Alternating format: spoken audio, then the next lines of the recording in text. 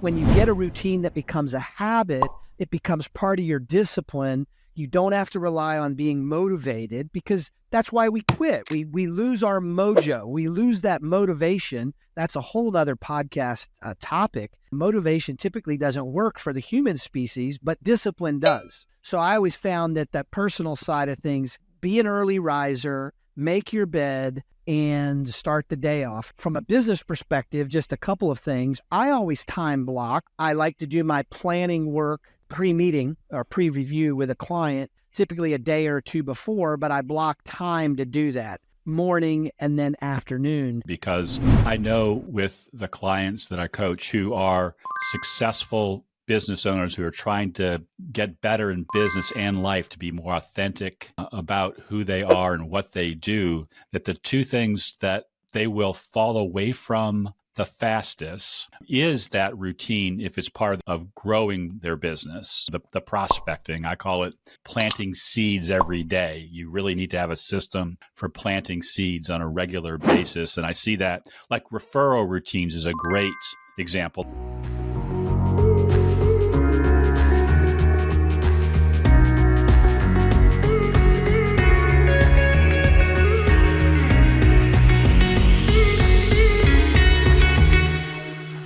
Welcome back to the Truest Fan Blueprint. Rob and Phil here. Hey, Phil, ready to get going? Yeah, rock and roll. Good to be with you. All right. So, Phil, as we were prepping for this podcast, I was reminded of a conversation that I had just a couple of days ago with a client who is really struggling with getting more done in less time because her practice has gotten busier and busier. And as I asked her about that, I asked her, well, what are things you've done in the past that have helped you feel and be more productive? And she said two things. She said, I used to use a routine called Focus 5, which I've heard about before, but I'm not completely familiar with. But it's the idea of at the beginning of the day when you're doing your daily plan, you pick 5 things that you're going to focus on that day that you need to get done, some of them small things, some of them big things, and be able to do those in conjunction with meetings and other things that you have on your calendar. And she said the other thing that she used to do was she used to time block. She used to actually set aside dedicated times each week for certain tasks, including blocking off different days, different times in different days of the week to hold her client meetings. And so I said, well, why don't you just do those again? And so for 2 weeks, she started doing those, and all of a sudden she got her mojo back. She got her energy back. And so I thought that's a great topic for a podcast because there are 2 things there. One is, why do we stop doing things that work? And I see this all the time. And then the other one is, what are some routines that you could be engaged in that really truly help you get more out of each day to get more done in less time? So, Phil, let's tackle them one at a time. Let's start with the second one first. When you think about routines that you've used in your own life and business, or that you've mentored or coached others on, what kinds of things have you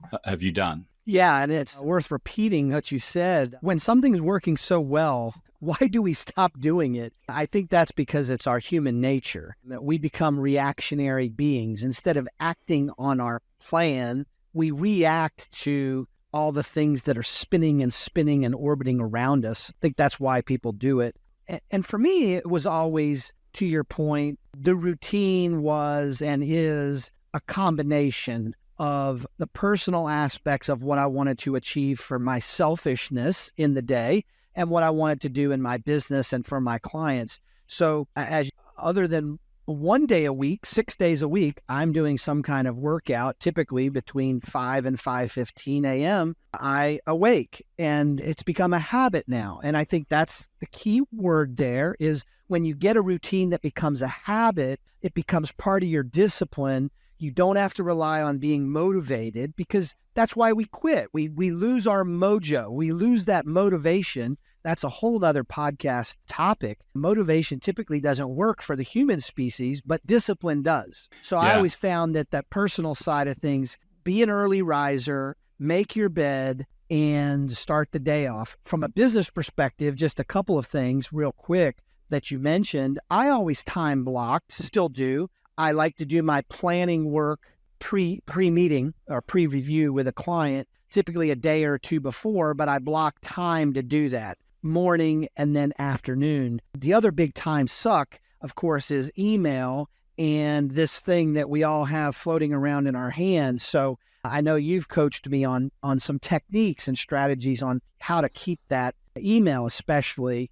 But again, it becomes a discipline. If you find the routine, follow a process, which we've talked about, then have the discipline to stay to it. Don't let your human nature make you reactionary. It's like the squirrel going all over the place. Yeah, or the hamster in the hamster wheel. Yeah. Which I think we all get there at times. In fact, Phil, I don't know if you remember this, but when I was down in Atlanta, for those of our listeners who may not know this, I was down in Atlanta for a couple of days and had the opportunity to spend a night with Phil and his partner, Trish. And when I got up in the morning, I saw Phil still in his pajamas at about 6:30. I was like, oh my goodness, I've screwed up Phil's routine. And it was and he goes, no, it's Monday. It's not my routine. So I felt guilty about screwing up your, by staying there. I somehow screwed up your success app because we didn't stay up late drinking or anything crazy like that. But that idea of that discipline, that getting up every day and having that same routine really is important. But it doesn't take much to throw that off kilter. Because Phil, I'm sure that if you go 2 or 3 days for whatever reason and miss that routine, that third or fourth day getting back to it is harder. And I think that's the example of screwing things up that are working. Yeah, absolutely. And it doesn't matter the area of our life, but when you get out of the routine, whether it be working out, whether it be your diet, when you get out of the routine, it becomes a multiple to get back to it. Same thing in our business. If you get out of the habit of, let's say, prospecting, working on your client acquisition, if you go stale and you get out of that practice, it becomes increasingly more difficult, just like lifting weights, right? You will atrophy. Your muscles will atrophy. We all, and as we get older, it happens quicker, it seems. But you've got to keep working it. You've got to keep working it. And the only way I found that successful people do that is through a massive amount of discipline. Yeah, absolutely. And I'm glad you mentioned in business prospecting, because I know with the clients that I coach who are successful business owners who are trying to get better in business and life, to be more authentic about who they are and what they do, that the two things that they will fall away from the fastest is that routine, if it's part of their business, of growing their business, the prospecting. I call it planting seeds every day. You really need to have a system for planting seeds on a regular basis. And I see that like referral routines is a great example. I was with a client a few weeks ago and we were talking about plans for the coming year for growth. And we were digging into why they didn't bring in as many new clients this year as they have in previous years. They had a good excuse. They landed one of the biggest relationships they've ever had. So in a way, they felt like, well, we can work on this one. We don't have to bring in more. But the result of that thinking was they had stopped having advocacy client conversations at the end of their client review meetings. And so we just needed to plug something back in that they were doing in the past that had been successful. Right. And then the second thing that I see, again, even the most successful people that I know and work with do, is they stop their daily planning. When I was actively an advisor, it was back in the days when there was a lot more telephone work than there is today. I had what I called a success formula or success ritual, which was 12 by 12, 2 by 5, plan each day. And that simply meant that I was going to talk to 12 clients or potential clients before noon every day, because talking to people was really important to my business. My 2 by 5 was I was going to have 2 meetings a day 5 days a week with clients and prospects. So I got in front of those clients and prospects to do client service or to bring in new relationships. But plan each day was the hardest thing to do. And it was the third part of the formula. And that was simply taking 15 minutes at the end of the day, every day, to map out the next day. And that daily planning, that part of the success ritual or formula that I had is something that I see advisors, business owners kind of falling away from because they think, well, hey, I've got this. I don't need to plan today. I know in my head what I'm going to do, but they don't create that focus like we talked about at the open of the Focus 5. Yeah. The other thing that comes to my mind, Rob, is when you were saying that is what would prevent somebody from implementing that or studying that a little deeper and then actually taking that action.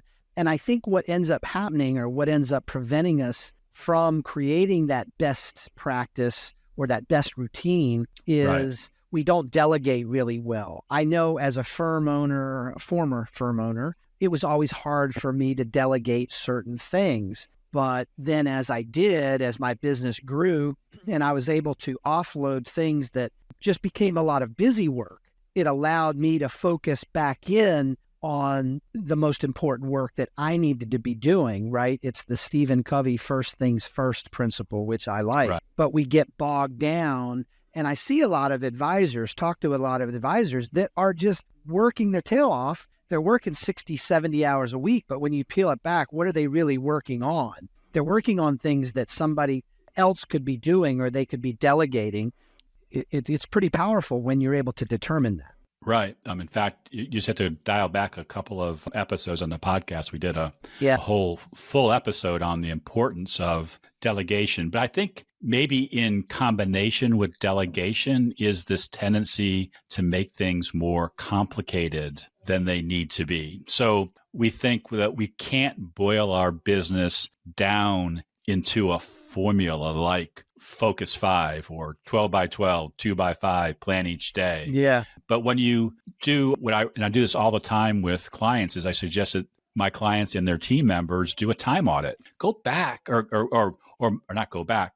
Spend a couple of weeks really writing down those things that you're doing and bracket them together in kind of common themes, and then look at what number of hours you're spending doing those things, and then ask yourself, which of those things were really important to do? Which of those things could I have delegated? But those things that were most important, say, that can become your formula. I realize that I'm best when I have 2 client meetings a day, when I spend a half an hour at the beginning of the day when I get into the office planning out my day. I'm better off at the beginning of the week if I make sure that I schedule appointments with myself to work on things that I need to work on inside of my business to be prepared for that next presentation, that next meeting. But it's keeping it simple. What are those things that you know are important that you have to do yourself, and then making the time for them on a regular basis? And a lot of them you can have just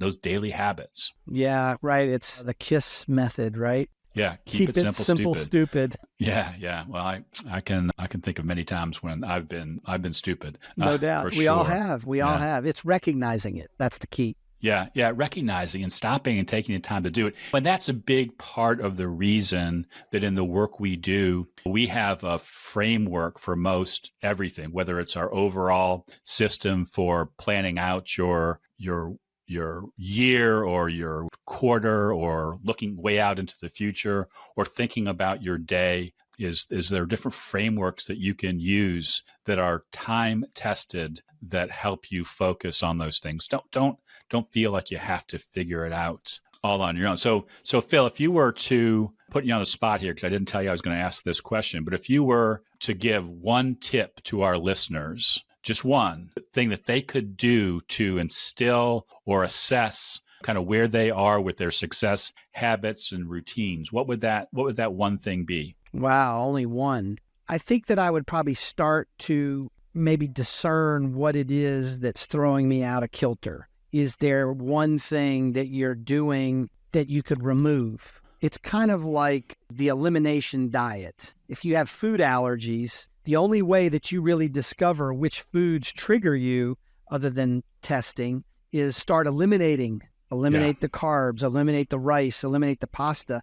And then it takes time, but I think that would be my tip is eliminate what you can, and you'll be surprised. Doesn't mean you don't get it done. It just might mean someone else does it. And then reprioritize after you've eliminated what you think might be the problem. Yeah, I love that because when I bring on a new coaching client, one of the first things I do is help them do some analysis to figure out what they can get rid of so that they have the time to focus on what we'll be working on going forward. Because if I try to put new routines, new coaching on top of a successful person's already busy schedule, it's not going to be a priority, or it may not be a priority because they're just saying, I already had too much to do. And as you know, because one of the frameworks we teach is the 4D routine. Item number 1 in the 4Ds is delete. What can you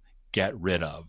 Because to focus on what's most important, you've got to get rid of those things that are your distractions. So I love that as a great actionable tip to take away from this podcast. And as we close out, I want to remind everybody we're launching the Truest Fan Roundtable as part of Truest Fan Coaching. It's an opportunity to learn and use our frameworks to help you achieve peak performance in business and life. And the coolest thing about it is you can sign up for free by going to truestfancoaching.com/free-access. truestfancoaching.com/free-access. You'll get a full description of the Truest Fan Roundtable. And if you want to try it out as a way to develop some success habits and routines, you'll absolutely be in the right place. Right.